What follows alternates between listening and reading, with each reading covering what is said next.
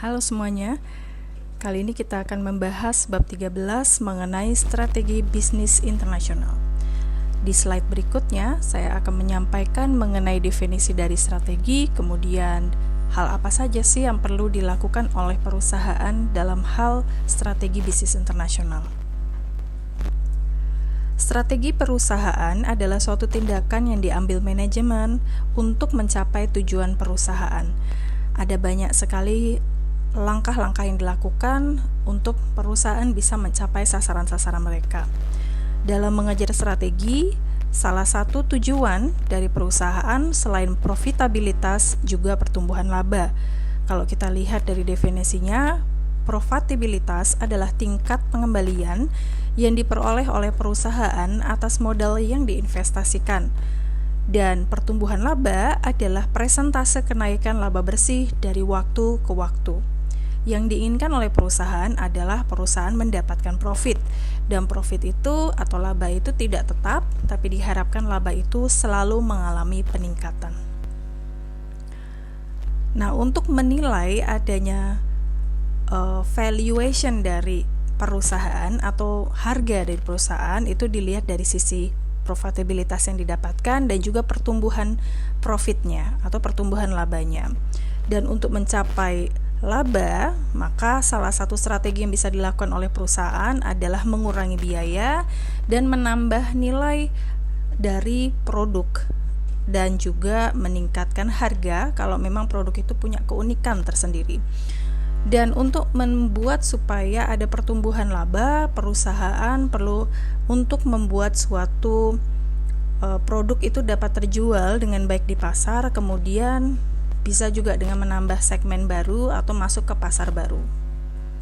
Di slide berikutnya akan menjelaskan bagaimana perusahaan bisa mencapai hal-hal yang sudah disebutkan ini.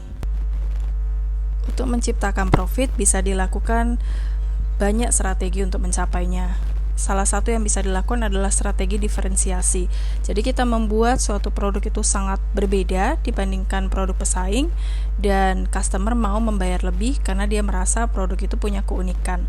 Kemudian selain itu strategi biaya rendah dengan menurunkan harga dari produk, menurunkan biaya produksi yang pengaruhnya pada harga jual. Dengan semakin harga itu rendah, maka akan membantu untuk harga kita kompetitif di pasar. Kalau kita ingin menciptakan suatu nilai, kita harus tahu bahwa nilai terbentuk dari value, selisih antara value dan biaya produksi. Semakin tinggi semakin tinggi value dari produk dan semakin rendah biaya, maka selisih itu yang membuat sebuah nilai itu dianggap tinggi dalam persepsi konsumen.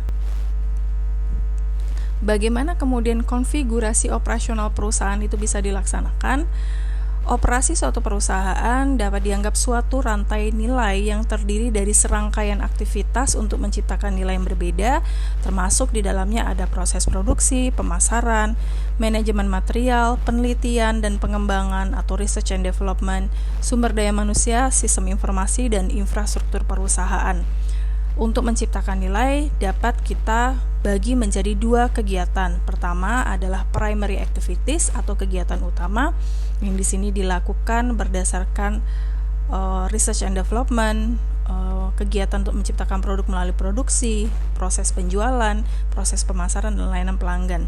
Sedangkan support activities adalah kegiatan yang tidak langsung menciptakan nilai tapi mendukung penciptaan nilai seperti sistem informasi yang baik, penyediaan produk dan pengantaran produk melalui logistik, dan sumber daya manusia.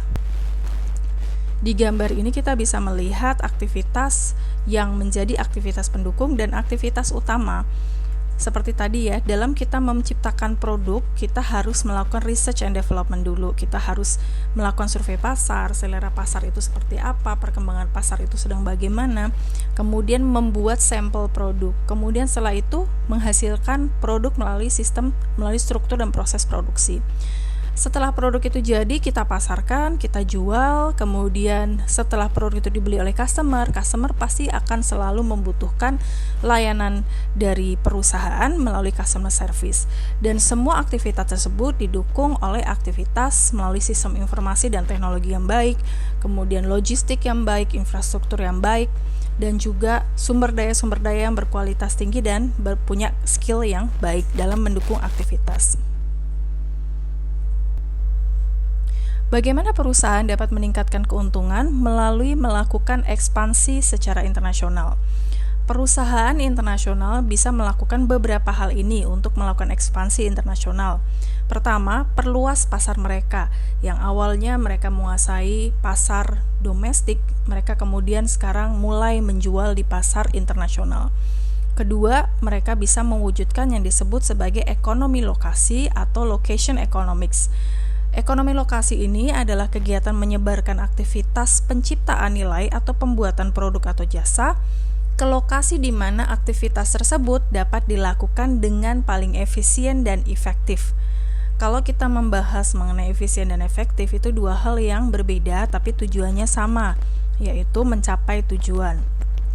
Kalau efisien, kita menyadari bahwa alat yang kita gunakan, cara yang kita gunakan itu cukup mampu untuk mencapai tujuan, sedangkan efisien ini membahas mengenai penghematan sumber daya, baik itu biaya ataupun human resource yang kita gunakan. Cara yang ketiga untuk melakukan ekspansi internasional adalah mewujudkan penghematan biaya. Semakin banyak biaya yang bisa kita hemat, maka harga akan berpengaruh pada harga yang akan kita letakkan pada produk. Keempat, mendapatkan keuntungan yang lebih besar dengan memanfaatkan keterampilan yang dikembangkan melalui operasional luar negeri dan mentransfernya ke tempat lain dan dapat menurunkan harga. Bagaimana kemudian perusahaan dapat memperluas kompetensi yang dimiliki? Kita harus mengenal istilah yang disebut sebagai kompetensi inti atau core competencies. Kompetensi inti perusahaan adalah keterampilan dalam perusahaan yang tidak dapat dengan mudah ditandingi dan ditiru oleh pesaing. Perusahaan perlu mencari sesuatu yang mereka jadikan keunggulan kompetitif mereka dan mereka fokuskan pada hal itu untuk melayani atau menjual produk mereka. Dalam slide berikutnya kita akan lihat beberapa core competencies yang bisa dikembangkan oleh perusahaan. Di sini kita bisa melihat beberapa contoh dan tipe dari core kompetensi. Yang pertama, perusahaan bisa menciptakan keunikan dari produknya yang berbeda, sangat berbeda dengan para pesaing. Misalnya, produk dari Samsung Flip dan Samsung Fold. Sebelumnya, belum ada perusahaan smartphone yang bisa memiliki inovasi ya. Ini juga bagian dari core kompetensi innovation. Contoh dari innovation dan unique produk. Mereka mampu mengembangkan suatu inovasi produk yang luar biasa melalui teknologi flip dan fold dan menciptakan sesuatu yang sangat unik dan berbeda dengan pesaing lainnya. Kemudian prosesnya dibuat lebih simple, lebih mudah bagi customer. Contohnya misalnya kita mau membeli produk melalui marketplace seperti Shopee, Tokopedia. Saat ini untuk menghindari customer yang sangat menghindari resiko pembelian online, misalnya produk yang dihantar itu tidak sesuai, kemudian ketika ditransfer ternyata uangnya hilang karena penipuan atau scamming, maka banyak e-commerce atau marketplace seperti Shopee dan Tokopedia menggunakan cara COD. Jadi dengan menghantarkan produk terlebih dahulu, customer diperbolehkan untuk mengecek produk bekerjanya seperti apa, kemudian dia baru melakukan pembayaran. Nah, ini memudahkan proses khususnya untuk melayani customer yang cenderung risk averse, yang sering menghindari resiko. Kemudian service, bicara mengenai cara melayani customer. Jadi kalau suatu bisnis atau suatu jasa mampu melayani customer dengan sangat ramah, seperti BCA ya, salah satu perbankan yang bahkan dari satpam sampai customer service sampai tellernya itu ramahnya luar biasa, sehingga para nasabah merasa sangat terkesan dengan keramahan mereka dan meningkatkan jumlah nasabah dan juga target mereka. Melalui servis itulah kemudian mereka mampu mengembangkan perbankan mereka menjadi salah satu perbankan terbaik di Indonesia. Kemudian quality control, bicara mengenai kualitas dari produk yang mereka hasilkan karena melewati tahapan pengecekan yang berulang-ulang. Dan yang terakhir, brand advertising. Ada beberapa merek yang mereka bisa meningkatkan value dari mereknya karena mereka sangat aktif melakukan iklan untuk menciptakan citra merek yang kuat dalam benak customer mengenai produk tersebut. Nah, salah satu yang dilakukan oleh Coca-Cola misalnya di masa-masa Lebaran atau di masa-masa hari raya atau menjadi sponsorship dalam acara-acara olahraga. Jadi dia sangat aktif dan seringkali muncul dalam menjadi sponsorship, dan ini membuat customer ingat bahwa Coca-Cola ini menjadi companion atau teman sambil saya nonton, sambil saya merayakan hari raya dengan keluarga, untuk digunakan atau dikonsumsi selama hari-hari yang kita bisa merayakan sesuatu dengan orang-orang terdekat. Berikut ini adalah contoh perusahaan-perusahaan yang dia mencoba untuk memiliki keunggulan inti seperti Netflix dalam hal proses yang memudahkan customer untuk menikmati layanan streamingnya, Walt Disney yang dia menawarkan Walt Disney Theme theme park Walt Disney yang menawarkan keunggulan kompetitif dalam hal keramahan atau layanan mereka, dan Google menjadi suatu contoh yang memberikan core kompetensi dalam hal inovasi karena mereka selalu memberikan hal yang baru, selalu mengupdate aplikasi ataupun mengupdate layanan-layanan yang mereka berikan kepada konsumen. Kemudian salah satu bagian tadi ya, untuk ekspansi internasional kita bisa melakukan ekonomi lokasi atau location economics. Secara definitif, perekonomian lokasi adalah perekonomian yang timbul dari pelaksanaan aktivitas penciptaan nilai di lokasi optimal untuk aktivitas tersebut dimanapun itu ada di dunia. Jadi maksudnya untuk menghemat biaya, untuk mewujudkan efisiensi, kita bisa memilih negara-negara tertentu dalam memproduksi jasa ataupun produk kita, karena dianggap negara tersebut lebih murah dalam membuat produk kita, dalam menciptakan nilai dibandingkan di negara kita sendiri. Di dalam slide berikutnya saya akan memberikan contoh location economics yang dilakukan oleh Nike. Nike adalah perusahaan dari United States ataupun Amerika.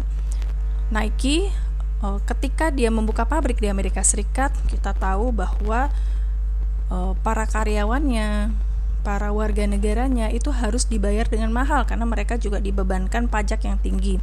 Mereka punya tingkat standar pendapatan dan kehidupan standar kehidupan layak yang sangat tinggi. Sehingga mau tidak mau Nike ketika membuka pabrik di Amerika, mereka harus membayar karyawannya dengan sangat mahal. Sehingga Nike mulai putar otak bagaimana caranya supaya dia bisa bersaing dalam hal harga, orang bisa membeli Nike dengan affordable walaupun dia salah satu brand yang cukup prestis. Nah, Nike kemudian berpikir untuk membuka pabriknya di negara Cina. Di negara Cina, para tenaga kerja diupah dengan gaji yang lebih murah dibandingkan di Amerika Serikat. Mereka membuka pabrik dengan sangat masif untuk bisa mewujudkan efisiensi supaya biaya pembuatan produk Nike itu jauh lebih murah. Selain itu, dengan adanya teknologi, kemampuan dari karyawan atau orang-orangnya untuk memanfaatkan dan menggunakan teknologi, ini membantu Nike juga untuk lebih mudah mentransfer pengetahuan dan ilmu mereka kepada para warga di Cina ketika membuat produk Nike. Hal lain yang kita perlu perhatikan dalam melakukan ekspansi adalah experience effect ataupun efek pengalaman. Kita mulai dari kurva pengalaman dulu. Kurva pengalaman mengacu pada pengurangan sistematis biaya produksi yang terjadi sepanjang umur suatu produk. Di dalam kurva pengalaman ada efek pembelajaran. Efek pembelajaran adalah penghematan biaya yang diperoleh dari belajar sambil melakukan. Sebagai contoh, misalnya Andi ketika pertama kali bekerja dalam sebuah perusahaan, dia hanya bisa menghasilkan 1 surat dalam 1 hari, karena hari tersebut adalah hari pertama dia bekerja. Cukup lama bagi dia untuk merangkai kata, memahami format surat, kemudian memahami birokrasi dalam pembuatan surat, sehingga surat itu kemudian bisa dihasilkan. Semakin lama Andi bekerja di perusahaan, dia semakin punya pengetahuan, memahami birokrasi, memiliki pengalaman yang membuat dia mampu untuk menghasilkan surat dengan lebih cepat, sehingga dalam satu hari dia bisa menghasilkan 20-30 surat untuk dikirimkan kepada konsumen ataupun kepada bisnis partner yang dimiliki oleh perusahaan. Itu adalah efek pembelajaran, di mana semakin orang lama bekerja, maka akan semakin banyak hal yang bisa diproduksi dalam satu hari. Sedangkan dalam satu hari dia diupah dengan biaya yang sama. Itulah kenapa experience effect itu menjadi hal yang penting untuk dimiliki dan dipahami oleh perusahaan, sehingga sama-sama bisa menghasilkan efisiensi atau menurunkan biaya. Kita bisa lihat dari kurva ini. Kurva ini menunjukkan semakin orang ataupun seseorang melakukan usahanya, maka akan semakin turun biayanya, gitu ya, unit cost. Jadi biayanya akan semakin turun dan outputnya yang dihasilkan semakin turun juga dibandingkan pertama kali ketika dia melakukan sesuatu atau masih awal-awal ya melakukan sesuatu. Biayanya sangat tinggi, hasil yang dikeluarkan itu outputnya juga sangat rendah. Nah, ini adalah gambaran pentingnya experience effect. Kemudian experience effect itu menjadi penting karena bisa menghasilkan skala ekonomi, ya, menjadi bagian dari menghasilkan teori economic of scale atau skala ekonomi. Skala ekonomi ini mengacu pada pengurangan biaya per unit yang dicapai dengan memproduksi suatu produk dalam jumlah yang besar. Sumber skala ekonomi yaitu menyebarkan biaya tetap dalam volume yang besar, memanfaatkan fasilitas produksi secara lebih intensif, dan meningkatkan daya tawar dengan pemasok. Jadi skala ekonomi itu intinya adalah menghasilkan produk yang jumlahnya lebih banyak dalam satu kali produksi di waktu yang sama.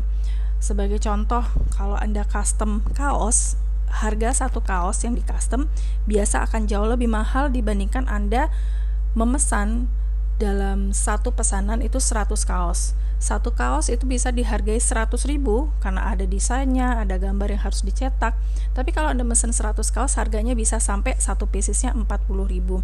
Nah, itu adalah skala ekonomi. Kenapa bisa lebih murah? Karena jam operasional yang digunakan sama.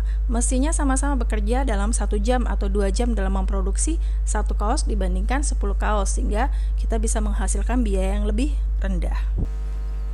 Perusahaan yang menarget pasar global akan menghadapi tekanan kompetitif yang akan mereka hadapi. Di sini, perusahaan akan menghadapi 2 jenis tekanan persaingan yang saling bertentangan, yang membatasi kemampuan perusahaan untuk mewujudkan keekonomian lokasi dan bisa merasakan dampaknya memanfaatkan produk mentransfer keterampilan di dalam perusahaan. Tekanan pertama adalah tekanan untuk pengurangan biaya atau pressure for cost reduction. Tekanan ini memaksa perusahaan untuk menurunkan biaya per unit. Tekanan kedua adalah tekanan untuk menjadi responsif secara lokal atau pressure for local responsiveness, mengharuskan perusahaan untuk mengadaptasi produknya sehingga dapat memenuhi permintaan lokal di setiap negara. Dan strategi ini akan berisiko pada peningkatan biaya. Kalau kita melihat ada beberapa faktor yang mendorong terjadinya pressure for cost reduction atau tekanan untuk menurunkan biaya ketika perusahaan menarget suatu negara. Faktor yang pertama, bahwa di dalam industri yang akan ditarget perusahaan atau industri dalam negara tersebut menghasilkan produk jenis komoditas yang memenuhi kebutuhan universal dan kebutuhan yang muncul ketika selera dan preferensi konsumen serupa atau sama, dan di mana ini akan menghasilkan suatu kesan atau suatu yang menghasilkan sesuatu yang melihat bahwa harga itu adalah senjata kompetitif utama. Jadi contohnya perusahaan ini menghasilkan komoditas. Kemudian karena komoditas itu adalah suatu hal yang mirip ya, tidak ada keunikan dibandingkan para pesaing di negara tersebut, maka customer melihat tidak ada pembeda yang jelas antara produk perusahaan kita dengan produk lain di negaranya, dan itu akan menyebabkan mereka hanya membandingkan satu produk dengan lainnya di sisi harga. Kemudian kedua, tekanan untuk menurunkan biaya itu terjadi ketika pesaing utama yang berbasis di lokasi yang akan kita target itu ternyata kompetisinya adalah kompetisi berbiaya rendah. Jadi kita punya kompetitor yang dia fokusnya bisa menghasilkan biaya yang rendah, sehingga ini mendorong kita juga untuk bisa bersaing, kita bisa menghasilkan biaya yang lebih rendah daripada pesaing kita. Kemudian yang ketiga, terdapatnya kelebihan kapasitas yang terus-menerus. Jadi perusahaan itu menghasilkan terlalu banyak produk, kemudian permintaan pasar itu cukup rendah, sehingga kelebihan produk itu memaksa kita untuk harus menjual produk dengan harga yang murah. Keempat, konsumen mempunyai kekuatan yang lebih dibandingkan perusahaan dan menghadapi biaya peralihan yang rendah. Nah, ini adalah faktor-faktor yang menyebabkan perusahaan menemui tekanan untuk menurunkan biaya. Tekanan selanjutnya adalah tekanan untuk bisa menyesuaikan atau merespon pada kebutuhan lokal. Ada beberapa faktor yang mempengaruhi. Pertama adalah perbedaan selera dan preferensi konsumen yang sangat-sangat berbeda dengan preferensi di negara kita. Sebagai contoh, ketika Indomie mencoba menarget pasar Eropa, dia harus melakukan penyesuaian untuk merespon kebutuhan lokal. Dalam hal selera makan, di Indonesia itu lebih senang makanan yang pedas dan juga asin. Sedangkan ketika dia menarget pasar Eropa, mereka tidak terbiasa dengan rasa pedas dan asin yang berlebihan. Sehingga Indomie perlu melakukan penyesuaian di mana mereka akan membuat produksi untuk target pasar Eropa itu tanpa menggunakan bubuk cabai. Kemudian mereka akan mengurangi powder bumbunya sehingga tidak sekuat ketika tidak medok ya, seperti untuk pasar Indonesia. Kemudian kedua, perbedaan dalam praktik tradisional dan infrastrukturnya. Jadi terdapat perbedaan yang sangat signifikan atau sangat besar dalam hal infrastruktur negara kita dengan infrastruktur negara lain, atau ada praktik yang sangat-sangat berbeda dalam cara konsumsi produk dan lain sebagainya. Hal ini sebagai contoh antara lain di sini ketika Samsung khususnya smartphone mencoba menarget pasar Indonesia, kita punya colokan listrik yang berbeda, yaitu kita hanya punya 2 lubang colokan listrik. Ketika mereka menjual produk mereka di Indonesia, mereka harus melakukan penyesuaian karena secara infrastruktur di Indonesia menggunakan cara colokan listrik yang sistemnya seperti itu. Berbeda dengan ketika mereka menjual di Taiwan, di mana ada 3 lubang colokan listrik, sedangkan di Indonesia hanya ada 2 lubang colokan listrik. Kemudian ketiga, perbedaan saluran distribusi. Perbedaan saluran distribusi di sini adalah cara yang berbeda dalam menghantarkan produk antar satu negara dengan negara lain, yang menyebabkan kita harus melakukan penyesuaian supaya produk itu tetap datang secara segar dan fresh. Contohnya misalnya Cimory mencoba untuk menarget Malaysia atau Afrika. Ketika dia dihantar ke Afrika, tentu saja secara distribusi jaraknya lebih jauh, sehingga untuk memaintain kesegaran produk mereka sampai ke Afrika, mereka harus dipastikan menambah biaya supaya kesegarannya tetap terjaga hingga tempat tujuan. Kemudian yang keempat adalah tuntutan pemerintah tuan rumah. Jadi di dalam pemerintahannya mereka punya kepentingan ekonomi, kepentingan politik, misalnya dengan memberikan hambatan-hambatan perdagangan tertentu, memberikan standar-standar tertentu pada produk yang masuk dari luar negeri untuk dapat dijual di dalam negeri mereka. Yang ini menyebabkan kita harus banyak melakukan penyesuaian pada produk.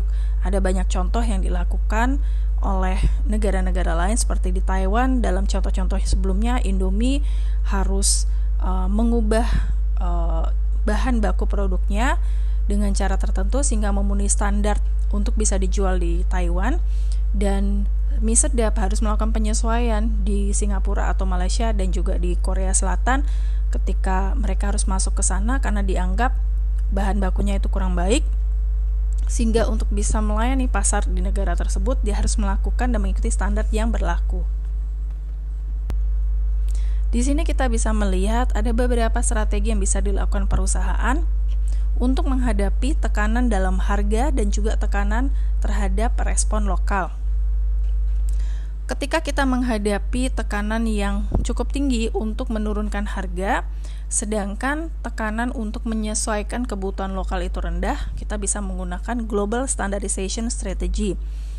Ketika tekanan dari harga itu rendah, sedangkan tekanan lokal juga rendah, kita bisa menggunakan strategi internasional. Ketika tekanan harga tinggi dan juga local responsiveness-nya tinggi, maka kita bisa menggunakan transnational strategy. Localization dilakukan ketika tekanan harga rendah dan juga local responsiveness-nya tinggi.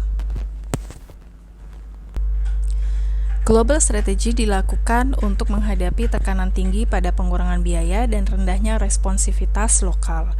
Cara yang bisa dilakukan dalam global strategy untuk menghadapi situasi tersebut adalah mencoba untuk meningkatkan profitabilitas dan pertumbuhan keuntungan dengan cara mengurangi biaya melalui skala ekonomi, efek pembelajaran, dan ekonomi lokasi.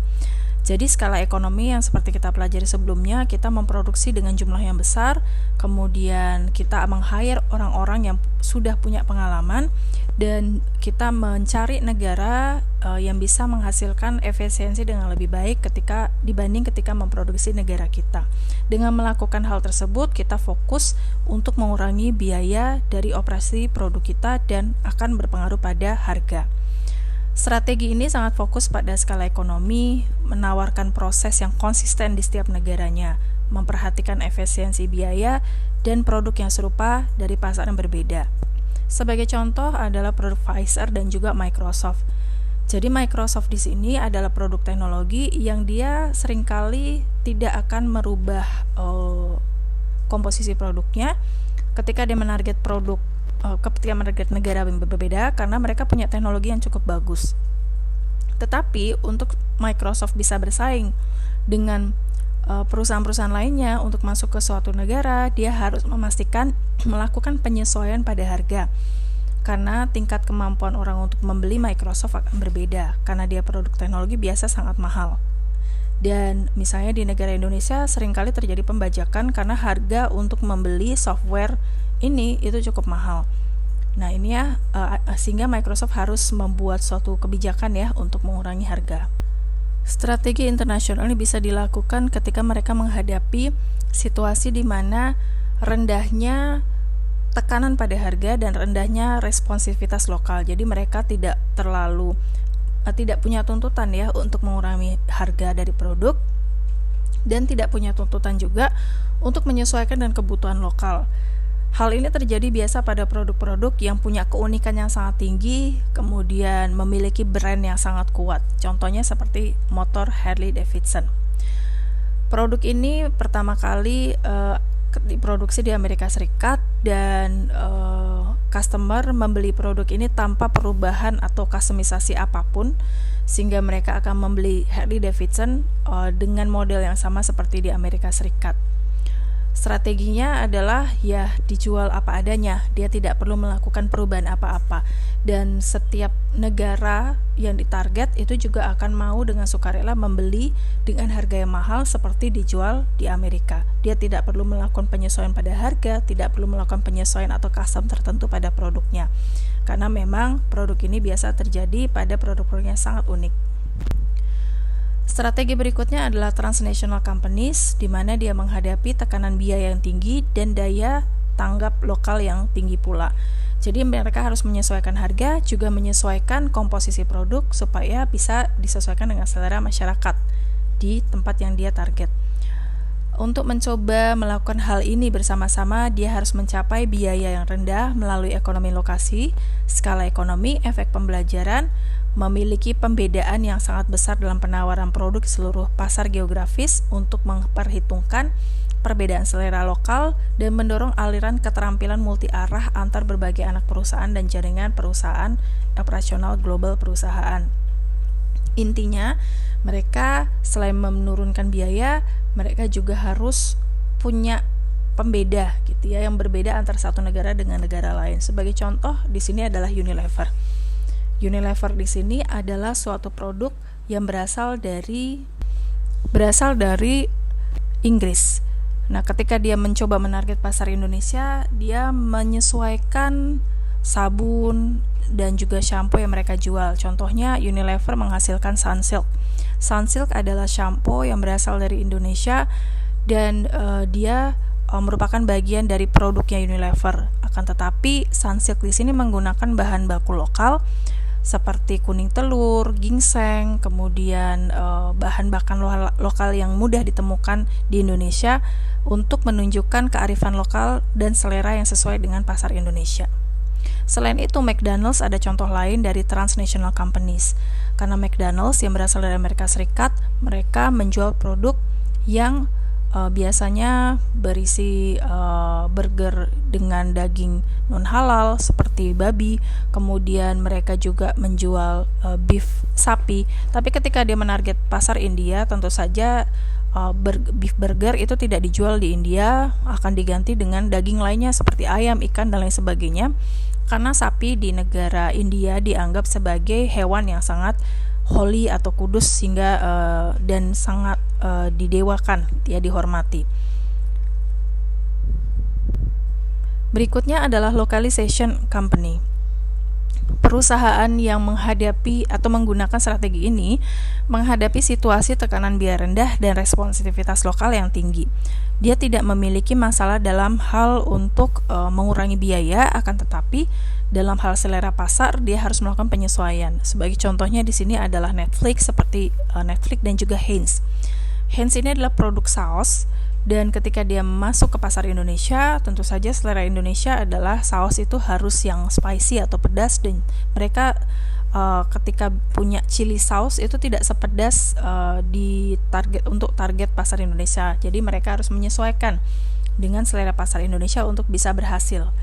Kemudian Netflix di pasar Indonesia menawarkan film-film Indonesia juga, gitu ya. Jadi dalam hal biaya, banyak orang ingin menyewa streaming Netflix, tetapi mereka juga suka film-film Indonesia. Jadi harus ada tawaran film Indonesia. Kemudian pasar Indonesia juga suka film-film Korea dan film Asia lainnya, sehingga itu juga ditawarkan dalam daftar film yang dimiliki oleh Netflix untuk pasar Indonesia atau Asia.